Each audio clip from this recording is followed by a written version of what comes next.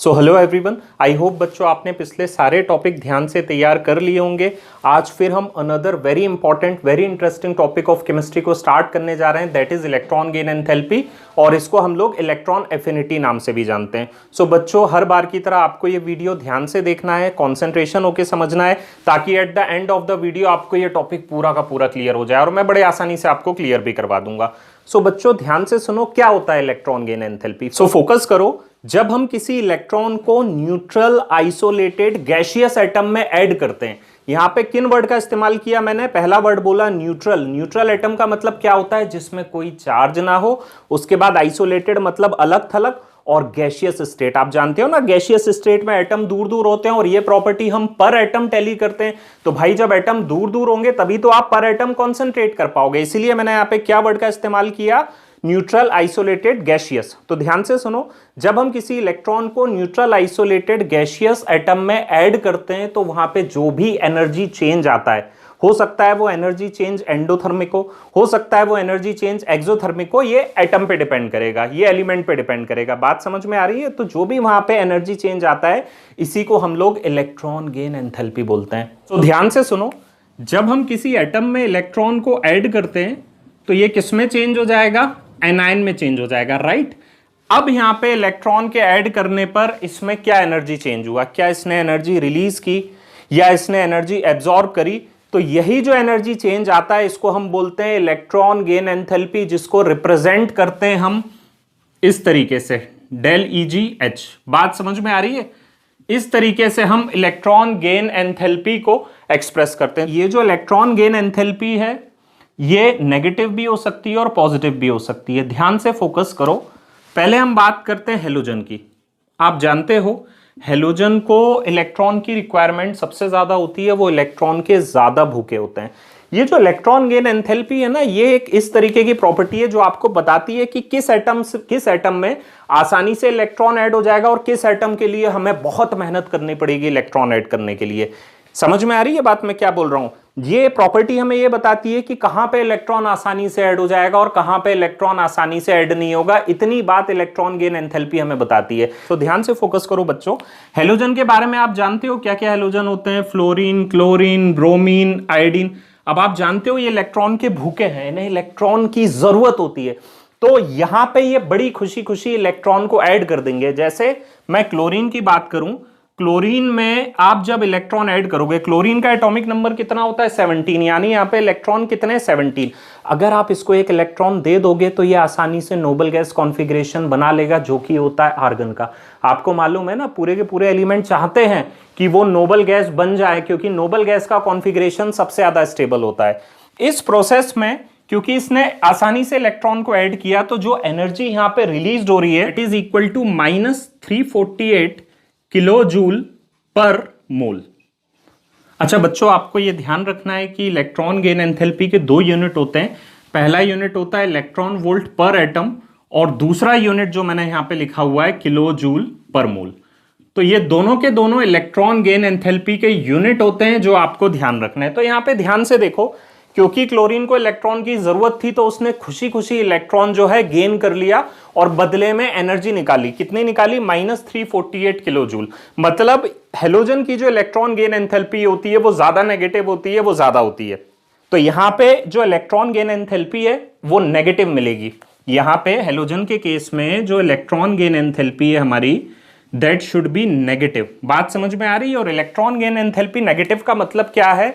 ये energy release करेंगे। जब इन्हें इलेक्ट्रॉन मिल जाएगा तो ये एनर्जी खुश होकर रिलीज कर देंगे, ये एनर्जी को रिलीज कर देंगे। बट बच्चों, अगर यहां पे मैं बात करूं नोबल गैसेस की, आप जानते हो नोबल गैसेस का इलेक्ट्रॉनिक कॉन्फ़िगरेशन स्टेबल होता है, वो नहीं चाहते कि उनमें कोई इलेक्ट्रॉन ऐड हो। अब जब, जैसा कि आप जानते हो भाई, कोई भी नोबल गैस हम ले लें, हीलियम, नियॉन, आर्गन, क्रिप्टॉन, तो नोबल गैसेस के केस में क्योंकि उनका इलेक्ट्रॉनिक कॉन्फ़िगरेशन बहुत ज्यादा स्टेबल होता है, तो भाई जब स्टेबल इलेक्ट्रॉनिक कॉन्फ़िगरेशन है तो वो क्यों चाहेंगे कि उसमें इलेक्ट्रॉन हो, ऐड हो? तो वहां पे आसानी से इलेक्ट्रॉन ऐड नहीं हो पाता है। अब इस केसेस में क्या होता है? अगर आपको नोबल गैसेस, कोई भी नोबल गैस ले लो, हीलियम, नियॉन, आर्गन, क्रिप्टॉन, अगर आपको यहां पे इलेक्ट्रॉन ऐड करना है तो आपको एनर्जी लगानी पड़ेगी, यानी हमें यहां पे एनर्जी देना पड़ेगी। इस केस में क्या था, ये तो चाहते थे क्लोरीन की भाई इन्हें इलेक्ट्रॉन मिल जाए, तो इन्होंने एनर्जी रिलीज की। लेकिन नोबल गैसेस में जब आपको इलेक्ट्रॉन ऐड करना होगा तो आपको एनर्जी पुट करना पड़ेगी, आपको एनर्जी वहां पे देना पड़ेगी। इस केसेस में इलेक्ट्रॉन गेन एंथैल्पी क्योंकि आप दे रहे हो तो ये प्रोसेस हो गया एंडोथर्मिक प्रोसेस, और यहां पे जो डेल एच, जो यहां पे इलेक्ट्रॉन गेन एंथैल्पी होगी वो पॉजिटिव होगी, मोर पॉजिटिव होगी। बात समझ में आ रही है? तो नोबल गैसेस के केस में जो आपकी इलेक्ट्रॉन गेन एंथैल्पी होगी वो पॉजिटिव होगी, या आम भाषा में कहें तो इलेक्ट्रॉन गेन एंथैल्पी, ये तो चाहते ही नहीं है इलेक्ट्रॉन लेना, तो दैट्स व्हाई यहां पे आपको जबरदस्ती एनर्जी लगानी पड़ेगी। तो यहां से हमें एक चीज समझ में आ गई कि हेलोजन की इलेक्ट्रॉन गेन एंथैल्पी जो है वो ज्यादा होती है, मोर नेगेटिव होती है। बात समझ में आ गई? चलिए अब हम आगे बढ़ते हैं। चलिए बच्चों, हमने बड़े आराम से इलेक्ट्रॉन गेन एंथैल्पी की डेफिनेशन समझ ली। अब यहां पे जो मैंने ऊपर लिखा हुआ है electron gain enthalpy oblique electron affinity, और हम जानते हैं जैसा स्टार्टिंग में मैंने बताया कि भाई इलेक्ट्रॉन गेन एंथैल्पी को इलेक्ट्रॉन एफिनिटी भी बोलते हैं। तो जरा इन दोनों चीजों को समझ लेते हैं। एक्चुअली जो आपकी इलेक्ट्रॉन एफिनिटी है that is negative of the electron gain enthalpy. इसको बहुत आराम से हम समझेंगे, क्या होता है ये negative of electron gain enthalpy. इसको मैंने शॉर्ट में लिख दिया easy, that is electron gain enthalpy. Example के तौर पे जरा ध्यान से देखो, जो पीछे मैंने एग्जाम्पल लिखा था कि जब हमने क्लोरीन को एक इलेक्ट्रॉन दिया तो वो एनायन में चेंज हो गया, और तो यहां पे हमें जो इलेक्ट्रॉन गेन एंथैल्पी की वैल्यू मिली थी that is equal to -348 kilo joule per mole. सो बच्चों यहां पे मैंने क्या बोला, इलेक्ट्रॉन एफिनिटी जो है वो negative of the electron gain enthalpy है, यानी जब आप इसका नेगेटिव कर दोगे जाएगी 348 किलो जूल पर मोल। बात समझ में आ रही है? क्या बोलना चाह रहा हूं मैं, ध्यान से सुनो। जब एनर्जी रिलीज हो रही थी तो इलेक्ट्रॉन गेन एंथैल्पी नेगेटिव थी, लेकिन जब आपने नोबल गैसेस के केस में एनर्जी पुट की थी तो इलेक्ट्रॉन गेन एंथैल्पी हमारी पॉजिटिव थी। इलेक्ट्रॉन एफिनिटी जस्ट इसका अपोजिट हो जाता है, यानी negative of the electron gain enthalpy. यहां पे जब आप एनर्जी रिलीज करवा रहे हो, जब भी एनर्जी रिलीज होगी just negative of electron gain enthalpy लेना है। मतलब जब एनर्जी रिलीज होगी तो इलेक्ट्रॉन एफिनिटी आपकी पॉजिटिव हो जाएगी, और जब आप एनर्जी पुट करोगे तो इलेक्ट्रॉन एफिनिटी आपकी नेगेटिव हो जाएगी। जस्ट उल्टा जाना है बच्चों इलेक्ट्रॉन गेन एंथैल्पी का। यानी नोबल गैसेस के केस में जब आप इलेक्ट्रॉन ऐड करने के लिए एनर्जी अवेलेबल करा रहे हो, एनर्जी इंसर्ट कर रहे हो, उस केस में इलेक्ट्रॉन एफिनिटी जो है वो नेगेटिव हो जाएगी। तो ये रिलेशन है। अच्छा, एक और इंपॉर्टेंट फॉर्मूला, एक और इंपॉर्टेंट बात जो आपको ध्यान रखनी है वो क्या है, रिलेशन बिटवीन, इसको बच्चों में शॉर्ट में लिख रहा हूं, आप लोग पूरा लिख लेना, relation between electron affinity, relation between electron affinity यही से रिप्रेजेंट किया जाता है, एंड इलेक्ट्रॉन गेन एंथैल्पी कह लो या एनर्जी कह लो। तो क्या रिलेशन होता है बच्चों, ध्यान से देखो। Electron gain enthalpy is equal to, देखो बच्चों यहाँ पे माइनस तो हमें लगाना ही होता है क्योंकि डेफिनेशन के हिसाब से it is negative of electron gain enthalpy, तो इसको नेगेटिव कह लो, या electron gain enthalpy is negative of electron affinity, एक ही बात है। -5/2 RT। बाय चांस बच्चों अगर आपको इलेक्ट्रॉन गेन एंथैल्पी की वैल्यू दे दी जाए और आपको इलेक्ट्रॉन एफिनिटी की वैल्यू निकालनी हो तो आप इस फॉर्मूले से निकाल सकते हो। वाइस वर्सा अगर आपको इलेक्ट्रॉन एफिनिटी दे दिया जाए और आपको इलेक्ट्रॉन गेन एंथैल्पी की वैल्यू निकालनी हो तो इस रिलेशन से हम निकाल सकते हैं। तो ये फॉर्मूला काफी ज्यादा इंपॉर्टेंट है। अच्छा, इलेक्ट्रॉन एफिनिटी किस कंडीशन में प्रॉपरली इलेक्ट्रॉन एफिनिटी के बराबर होती है, तो ध्यान से देखो, ये जो है T ये आपका हो गया टेम्परेचर, समझ में आ रही है, पूरा लिख लेना आप लोग। और R जो है वो क्या है आपका, गैस कांस्टेंट। ठीक है बच्चों, T टेम्परेचर था यहां पे और R जो है वो आपका गैस कांस्टेंट है एट 0 केल्विन। मान लेते हैं टेम्परेचर अगर आपका 0 केल्विन हो जाएगा तो ये पूरा जो टर्म है ये 0 हो जाएगा। उस केसेस में जो इलेक्ट्रॉन गेन एंथैल्पी है वो आपकी properly negative of electron affinity के बराबर हो जाएगी। कब, जब 0 केल्विन की बात हो। कभी कभी ये बात पूछ ली जाती है, इसलिए ध्यान रखना है, और बच्चों ये फॉर्मूला भी हमें याद रखना है। चलिए बच्चों, अब सबसे इंपॉर्टेंट बात हम बात करते हैं ट्रेंड की।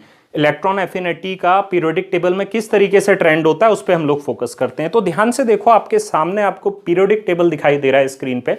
सो बच्चों ध्यान से सुनना, जब हम लेफ्ट टू राइट जाते हैं, जब हम लेफ्ट से राइट की तरफ जाते हैं, तो आप जानते हो न्यूक्लियर चार्ज बढ़ता जाता है। न्यूक्लियर चार्ज मतलब एक ही शेल में नंबर ऑफ प्रोटॉन बढ़ते जा रहे हैं। जैसे आप यहाँ पे लिथियम से शुरू कर रहे हो, लिथियम के बाद बेरिलियम, फिर बोरोन आ जाएगा आपका, बोरोन के बाद आप आगे बढ़ते जाओगे कार्बन टिल हेलोजन तक, तो आपका यहाँ पे न्यूक्लियर चार्ज बढ़ता जा रहा है। सो बच्चों, जैसे जैसे न्यूक्लियर चार्ज बढ़ता जाएगा, न्यूक्लियस के अंदर बैठा हुआ जो प्रोटॉन है वो न्यूक्लियस को ज्यादा ताकतवर बना देगा। क्या होता है न्यूक्लियर चार्ज? वो जो प्रोटॉन के कारण पॉजिटिव चार्ज बढ़ता जा रहा है ना, तो वो इलेक्ट्रॉन को और ताकत से अपनी तरफ अट्रैक्ट करेगा। क्यों अट्रैक्ट करेगा? क्योंकि बच्चों लेफ्ट से राइट जाने पर जैसे जैसे न्यूक्लियर चार्ज बढ़ता जाएगा, एटॉमिक साइज छोटा होता चला जाएगा, और जब एटॉमिक साइज छोटा हो जाएगा तो इलेक्ट्रॉन आसानी से ऐड हो जाएगा। इसीलिए जब हम लेफ्ट टू राइट जाते हैं, due to increase in nuclear charge, जो आपकी इलेक्ट्रॉन गेन एंथैल्पी की वैल्यूज है वो बढ़ती जाती है। तभी मैंने बताया था आपको कि हेलोजन की जो इलेक्ट्रॉन गेन एंथैल्पी होती है वो सबसे ज्यादा होती है। अच्छा बच्चों, उसके बाद जो नोबल गैस बैठा हुआ है, इसकी बात हम नहीं कर रहे हैं, क्योंकि भाई इन्हें इलेक्ट्रॉन की जरूरत नहीं है, तो वो फिर एक अलग ही केस हो जाएगा। इनकी इलेक्ट्रॉन गेन एंथैल्पी की वैल्यू सबसे कम होती है।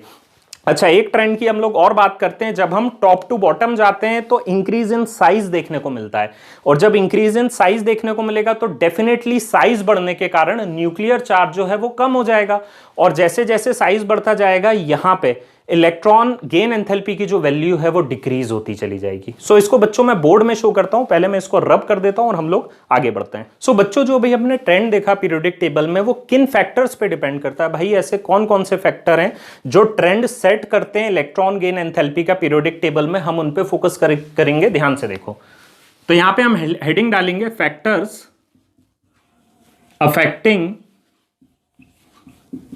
बच्चों इसको शॉर्ट में लिख रहा हूं मैं, इलेक्ट्रॉन गेन एंथैल्पी, राइट। कौन कौन से फैक्टर्स हैं जरा उस पर फोकस करो।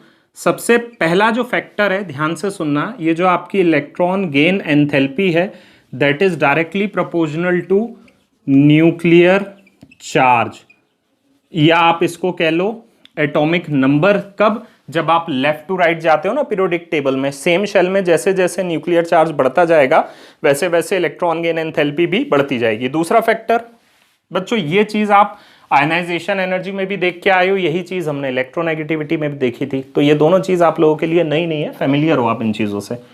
रिस्पेक्टिवली जो इलेक्ट्रॉन गेन एंथैल्पी है, या ऑब्लिक डाल के इलेक्ट्रॉन एफिनिटी भी लिख लो, that is inversely proportional to size. तो ये भी कोई नई चीज नहीं, अभी मैं बता रहा था पीरियोडिक टेबल में, जब आप ऊपर से नीचे की तरफ जाते हो, हाली नाका रप्सस पर जब आप नीचे की तरफ जाते हो तो आप क्या देखते हो? साइज बढ़ता है, साइज बढ़ता है, न्यूक्लियर चार्ज जो है वो कम होता चला जाता है, इसीलिए ये इनवर्सली प्रोपोर्शनल हो जाता है। और बच्चों तीसरा इंपॉर्टेंट पॉइंट, स्टेबल, ध्यान से देखना है, स्टेबल इलेक्ट्रॉनिक कॉन्फ़िगरेशन। अब बच्चों ये क्या होता है स्टेबल इलेक्ट्रॉनिक कॉन्फ़िगरेशन? इसको ध्यान से देखो।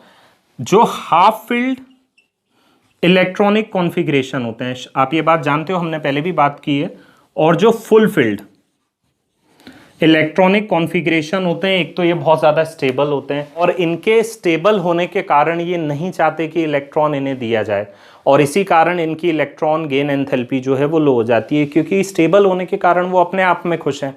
बात समझ में आ रही है? जैसे फुलफिल्ड कॉन्फ़िगरेशन की बात करें हम, नियॉन की बात करें हम, उसके बाद आर्गन की बात करें, तो इन सब का स्टेबल कॉन्फ़िगरेशन होता है, और अभी हमने देखा था नोबल गैसेस की इलेक्ट्रॉन गेन एंथैल्पी कम होती है।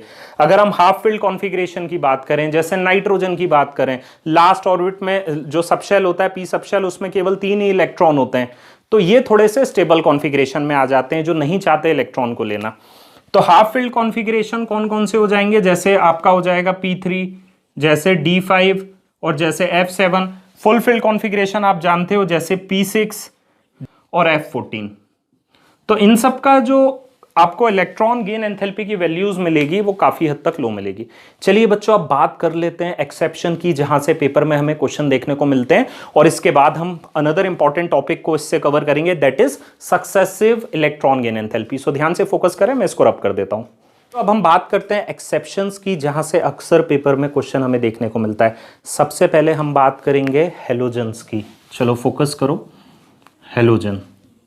ध्यान से देखो बच्चों, फ्लोरीन, क्लोरीन, ब्रोमीन और आयोडीन। जैसा कि मैंने आपको जनरल ट्रेंड बताया था पीरियोडिक टेबल में, उसके हिसाब से, जो जनरल ट्रेंड के हिसाब से जो एक्सपेक्टेड ऑर्डर होना था इलेक्ट्रॉन गेन एंथैल्पी को का, वो क्या होना था? भाई डाउन द ग्रुप जाते जाते क्योंकि न्यूक्लियर चार्ज कम हो जाता है, साइज बढ़ जाता है, तो इलेक्ट्रॉन गेन एंथैल्पी जो है वो कम हो जानी थी। उस हिसाब से ये होनी थी expected order electron gain enthalpy का। लेकिन बच्चों जब एक्सपेरिमेंटली ऑब्जर्व किया गया तो ये ऑर्डर नहीं मिला इलेक्ट्रॉन गेन एंथैल्पी का। ऑर्डर हमें क्या मिला, जो ओरिजिनल ऑर्डर हमें मिला वो ये मिला, क्लोरीन, फिर फ्लोरीन, फिर ब्रोमीन और फिर आयोडीन। ये ऑर्डर गलत था, ये ऑर्डर सही था। ऐसा क्यों हुआ, ध्यान से समझो। देखो भाई, फ्लोरीन का जो इलेक्ट्रॉनिक कॉन्फ़िगरेशन होता है, जो आउटर इलेक्ट्रॉनिक कॉन्फ़िगरेशन होता है, वो हमें क्या देखने को मिलता है, outer electronic configuration 2s2 2p5। Second shell की हम लोग बात कर रहे हैं जहां पे प्रिंसिपल क्वांटम नंबर 2 है। अब बच्चों ध्यान से देखो, ये बात तो हमने इलेक्ट्रोनेगेटिविटी में देखी थी कि भाई फ्लोरीन का इलेक्ट्रोनेगेटिविटी बहुत ज्यादा हाई होती है। लेकिन बच्चों इलेक्ट्रोनेगेटिविटी का मतलब क्या होता है, इलेक्ट्रॉन को अपनी तरफ अट्रैक्ट करना। इलेक्ट्रॉन एफिनिटी में हम क्या करते हैं, इलेक्ट्रॉन को इनके ऑर्बिट में सेट करवा देते हैं, मतलब इलेक्ट्रॉन आके इनके घर में रहने लगता है। अब फ्लोरीन क्या करता है, इलेक्ट्रॉन को अपनी तरफ अट्रैक्ट तो कर लेगा, लेकिन क्योंकि उसका घर बहुत छोटा है, उसका जो घर है वो इतना छोटा है कि वो इलेक्ट्रॉन को रख नहीं पाएगा। क्योंकि सेकेंड शेल में आप देखो ना, पहले से ही pk5 5 इलेक्ट्रॉन है। अगर एक भी इलेक्ट्रॉन यहाँ पे ऐड किया जाएगा तो इलेक्ट्रॉन में रिपल्शन स्टार्ट हो जाएगा, और जो बाहर का इलेक्ट्रॉन आके ऐड होगा वो उसको बाहर भगा देगा फ्लोरीन। ये एग्जाम्पल कुछ इस तरीके से है, आप एक एग्जांपल समझ सकते हो। मान लेते हैं ये एक रूम है जहां पे 4 दोस्त रहते हैं, और ये जो जगह ये केवल 4 दोस्तों के लिए रहने की जगह है। अब इनका कोई बेस्ट फ्रेंड इनसे मिलने आएगा तो डेफिनेटली ये उसको मिलने तो देंगे, लेकिन अगर वो बोलेगा भाई मुझे आपके घर में रहना है, तो ये मना कर देंगे क्योंकि इनके घर में जगह ही नहीं है रहने की। ठीक उसी तरीके से बच्चों, फ्लोरीन इलेक्ट्रॉन को अपनी तरफ अट्रैक्ट कर सकता है, जो कि इलेक्ट्रोनेगेटिविटी की प्रॉपर्टी है, लेकिन फ्लोरीन की इलेक्ट्रोनेगेटिविटी क्लोरीन के मुकाबले कम हो जाएगी, क्योंकि फ्लोरीन का साइज क्लोरीन के मुकाबले काफी छोटा होता है। अब क्लोरीन के केसेस में क्या हुआ, अगर आप इसका outer most electronic configuration draw करते हो तो ये थर्ड शेल तक पहुंच जाता है 3s2 3p5, राइट। और इसके बाद 3d के लिए भी जगह होती है। सो ध्यान से सुनो, फ्लोरीन जो है उसका क्योंकि साइज बड़ा है कंपेयर टू फ्लोरीन, तो ये इजीली इलेक्ट्रॉन को अपने ऑर्बिट में सेट होने देगा। इसीलिए क्लोरीन के मुकाबले, क्योंकि क्लोरीन का साइज बड़ा है, क्लोरीन का जो साइज है वो बड़ा है, इस वजह से क्लोरीन की इलेक्ट्रॉन गेन एंथैल्पी जो है वो फ्लोरीन से ज्यादा हो जाएगी। मतलब एक ऐसा घर जहां पे रहने के लिए कई लोगों की जगह है और यहाँ पे 2-3 ही लोग रह सकते हैं, और कैपेसिटी अगर 10 लोगों की है, तो ये क्या करेंगे, दोस्त को अपने पास आने भी देंगे और अपने घर में रहने भी देंगे। तो ये हाइपोथेटिकल बात मैंने आपको समझाने के लिए बोली। सो बच्चों, अब हम ऑक्सीजन फैमिली की बात करते हैं और यहाँ से बहुत ज्यादा क्वेश्चन आए हुए हैं। सो ध्यान से फोकस करना जो मैं बोल रहा हूँ। देखो, ऑक्सीजन फैमिली में ऑक्सीजन, उसके नीचे सल्फर, फिर सेलेनियम, फिर टेलियम, फिर पोलोनियम। चलिए अब ध्यान दो, एक्सपेक्टेड ऑर्डर क्या था यहाँ पे। एक्सपेक्टेड ऑर्डर के हिसाब से भाई ऑक्सीजन की ज़्यादा होनी थी, फिर सल्फर की, फिर सेलेनियम की, फिर टेलियम की और फिर पोलोनियम की। लेकिन यहाँ पे एक्सपेरिमेंटली एक अनएक्सपेक्टेड ऑर्डर हमें देखने को मिला, और बच्चों वो ये देखने को मिला कि ऑक्सीजन की जो इलेक्ट्रॉन गेन एंथैल्पी है वो सबसे कम हो गई। यानी यहाँ पे सल्फर की तो है सबसे ज़्यादा, सल्फर के बाद सेलेनियम, फिर टेलरियम, फिर पोलोनियम, और इसके बाद जाके ऑक्सीजन की हो गई इलेक्ट्रॉन गेन एंथैल्पी। और बच्चों यहाँ भी यही रीज़न है कि इसका साइज बहुत ज़्यादा स्मॉल हो जाता है। ऑक्सीजन का साइज कंपैरेटिवली बच्चों, इनके कंपैरिजन में, भाई इलेक्ट्रॉन ये गेन तो कर रहा है, तो इलेक्ट्रॉन एफिनिटी तो है, लेकिन कंपेयर कर रहे हैं ना बच्चों, तो ये सल्फर, सेलेनियम, टेलरियम, पोलोनियम, इन सबसे कम इसकी electron affinity, electron gain enthalpy दिखाई दी, क्योंकि इसका साइज जो है वो सबसे छोटा होता है। सो चलिए बच्चों, अब हम अनदर इंपॉर्टेंट टॉपिक की तरफ मूव करते हैं, that is successive electron gain enthalpy. ध्यान से सुनो अब बात को, क्या टॉपिक है हमारा, सक्सेसिव इलेक्ट्रॉन गेन एंथैल्पी की बात कर रहे हैं। तो हम एक एग्जांपल से समझते हैं। फॉर एग्जांपल, ऑक्सीजन में जब मैं एक इलेक्ट्रॉन ऐड करूंगा तो ये इलेक्ट्रॉन बड़े आसानी से ऐड हो जाएगा, और यहाँ पे जो आपको इलेक्ट्रॉन गेन एंथैल्पी की वैल्यू मिलेगी वो मिलेगी -141 किलो जूल पर मोल। लेकिन बच्चों, अब ये जो ऑक्सीजन है ये नेगेटिव आयन बन चुका है। अब अगर आप इसमें इलेक्ट्रॉन ऐड करोगे तो ये इस इलेक्ट्रॉन को रिपेल कर देगा, क्योंकि बच्चों आप जानते हो कि नेगेटिव नेगेटिव जो है वो एक दूसरे को रिपेल कर देते हैं। तो अब यहाँ पे आपको मेहनत करना पड़ेगी, आपको एनर्जी इंसर्ट करना पड़ेगी इलेक्ट्रॉन को ऐड करने के लिए। तो जब आप यहाँ पे इलेक्ट्रॉन को ऐड करोगे बच्चों, तो जो सेकंड इलेक्ट्रॉन गेन एंथैल्पी आपको देखने को मिलेगी, दैट शुड बी पॉजिटिव। ये खुशी खुशी इलेक्ट्रॉन ऐड नहीं कर रहा है, that should be positive, and that is equal to 780 kilo joule per mole. सो ये होती है बच्चों सक्सेसिव इलेक्ट्रॉन गेन एंथैल्पी, यानी जो फर्स्ट इलेक्ट्रॉन गेन एंथैल्पी होती है वो पॉजिटिव भी हो सकती है और नेगेटिव भी हो सकती है, लेकिन सेकंड इलेक्ट्रॉन गेन एंथैल्पी हमेशा और हमेशा पॉजिटिव होगी, क्योंकि फिर एटम नहीं चाहता एक इलेक्ट्रॉन लेने के बाद कि उसको उसमें दूसरा इलेक्ट्रॉन ऐड किया जाए। तो आई होप बच्चों आपको ये टॉपिक आसानी से समझ आ गया होगा। So thank you so much.